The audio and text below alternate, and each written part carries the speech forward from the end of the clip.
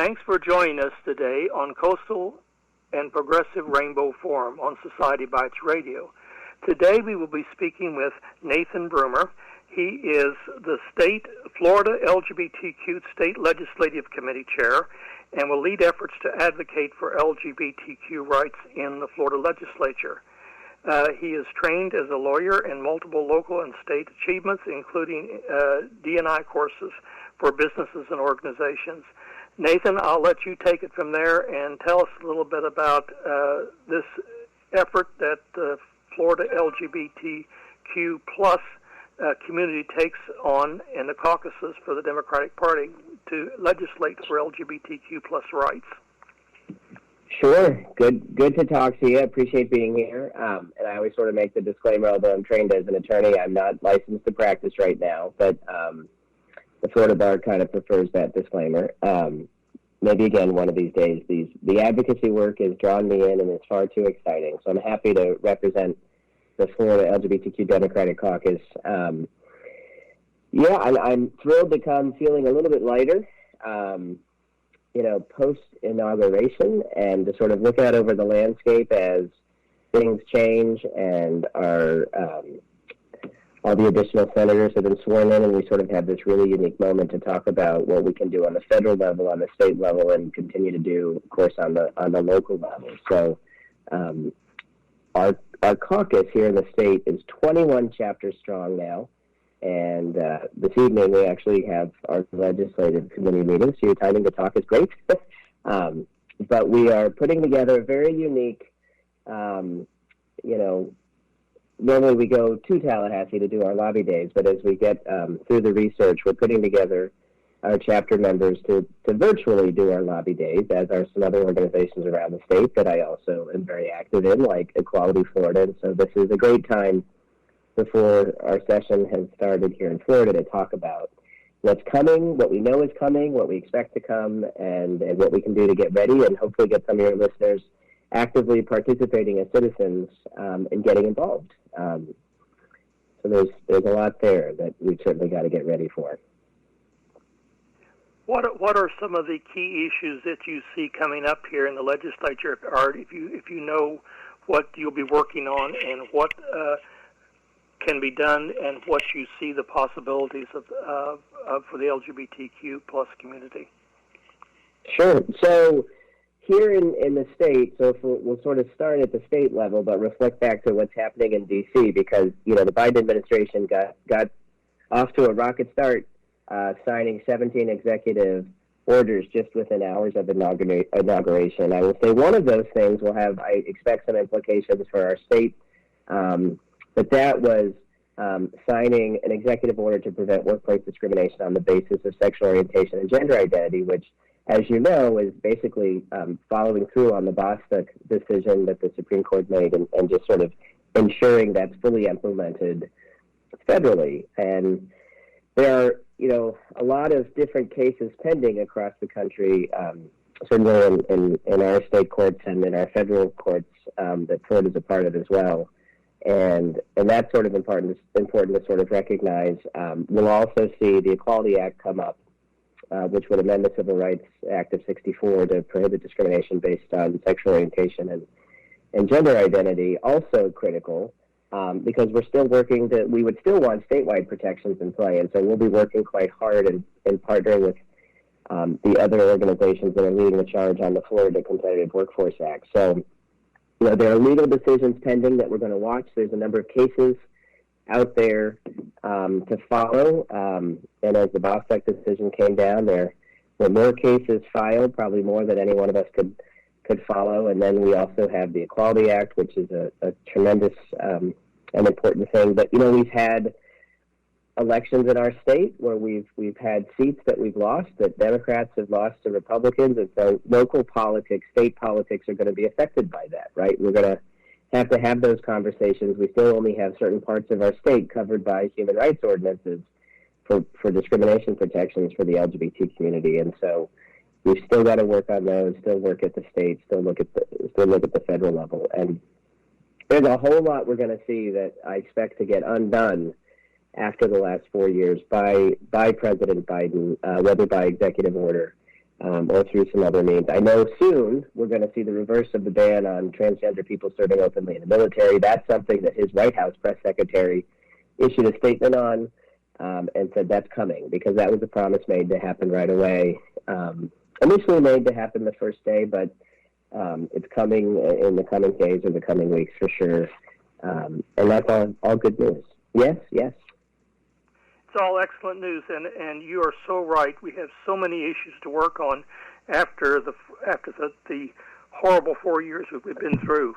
And I know a lot of people are looking forward to this great breath of fresh air and what we're going to have happen for us here in the future.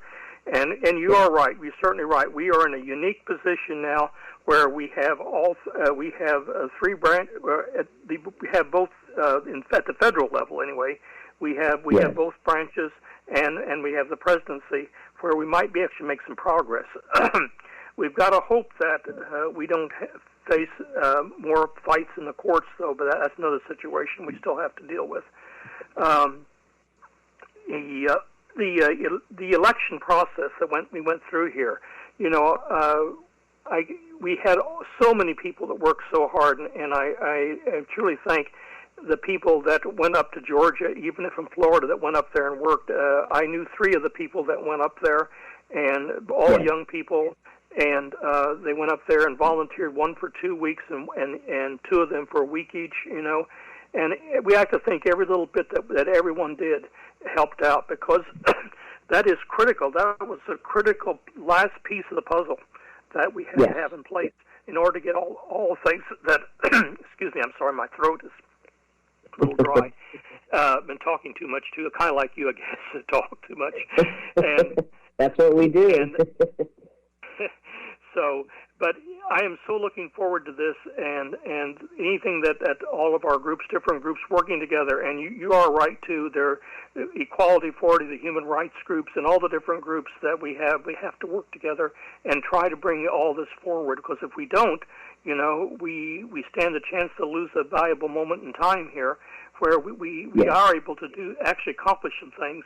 And we have to be strategic in what we do, and that's what we have to look to our leadership to tell us where we need to apply the pressure and the correct points and everything to try to get the right things done as quick as possible.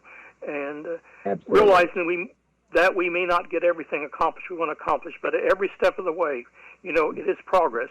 And the Equality Act, for employment, the Comparative Force Act, these are all so important to us. That we get these things and get them passed and get them moving forward. It will change people's lives across the state here and across the country. There's people have been relieved and are looking forward to all this. Tell us, Nathan, if you can, tell us some more about, explain what the Florida Democratic Legislative Committee does in their actions, so we can tell our listeners some of this. Okay? Sure. So what we do as a committee is monitor the bills that are coming forward in the House or the Senate here in Florida, and so the statewide caucus is monitoring things on the statewide level. The chapters are then monitoring things on the local levels, and a lot of our chapters have had great success doing outreach and education. We saw some great progress in working with supervisors on elections to do some outreach around voter education and voter protection. So those relationships, those all matter, right? Because then when we get to a point where we need to really talk about advocating around certain issues that get to the state level, we have relationships with folks deep within different communities across the state to then represent all those areas. That's important that our electeds in the state house and in the state senate hear from their constituents. So the work has to happen on the ground. And I will say there's sort of a moment right now where we're exuberant. There's celebration happening for the party. We've had some turnover in leadership. We're excited for the future for the Florida Democratic Party as we sort of look at what successes and what missteps we might have taken in Florida and delivering, President Biden a victory here. Our state has had sort of an interesting ebb and flow, and I think there's some opportunities, right? When when we don't get all the wins, we have to sort of reevaluate what worked and what didn't, and lean in a little bit. And some folks have been tired. I mean, we've been battered as a people. I mean, you heard some of the words spoken during the inauguration, and we have to be resilient and get re-engaged. I know there are folks that step back from talking about politics because it was so destructive and so confrontational, that I would make the request of your listeners that now is the time more than ever to get re-engaged and re-involved and find out how to support the work. Because really, it doesn't just happen in the months leading up to a presidential election. It happens in all the years. And so you can join chapters, you can join committees, and get involved. And get involved with all. In full disclosure, I also serve on the board for Equality Florida, which is a nonpartisan, the largest civil rights organization fighting for LGBTQ equality. And they have a very important role to play, because if we're going to pass the Equality Act, we've got to get 10 Republicans on the other side of the aisle to also join that fight in our U.S. Senate. Now, that we don't, the Florida Democratic Caucus focuses on the state politics, but we've got some other folks in our state that are on the other side of the aisle that our other organizations are going to really be leading into. And so you can get involved and volunteer with as many organizations as your heart desires to do the work, because those critical conversations involve everybody. So I'm excited about doing the training. We will do a training and teach folks how to advocate and how to work with their representatives or their state senators or their local officials. Some folks are a little nervous when, if they haven't met with a politician before. They're just folks that like to talk about the issues like you and I do, but we do a little bit of coaching and get folks ready, provide general information on the bills that are up in front of us, what's good, what's bad. We always anticipate some bills we want to support and some that we don't. Sometimes the language is not quite perfect, but, maybe it sounds like it's a good idea, but as an LGBTQ caucus here in the state, we have to really look behind the curtain and see what are the impacts on our community. And sometimes there are pieces of legislation that on the surface seem to be good ideas and really end up not serving the goals or the purposes of what we're hoping they do, right? So we have to sort of pull that apart and dig in a little bit and find out how they work and what's going to happen. So our committee members that we're pulling together right now are representing about half of our chapters, and they're going to provide their ideas and help monitor and talk about, how we want to attack this, what our slate of issues will be for the Florida LGBTQ Democratic Caucus for this session. Not all the bills are filed. The deadline's not out there yet. So we expect to see some bills that we're going to oppose. If we look at the trends in other states, there are some coordinated efforts to really go after the transgender community in particular, and transgender youth seeking medical care, or transgender youth hoping to play on athletic teams. And so we're ready for that, should those come. Excellent. Because we need to watch this area, and indeed, I am hoping to make on a future broadcast here, I'm hoping to have a major interview I think you'll find fascinating too, from the Biden administration. So it's in the works. We're hoping, we've got our fingers crossed so we can get this pulled off. So yes. I will certainly keep you informed about this and others as well. But we have much work to do, and you're right. We have to protect all of the LGBTQ plus community, because if we don't, we're going to end up having even more problems in the future here.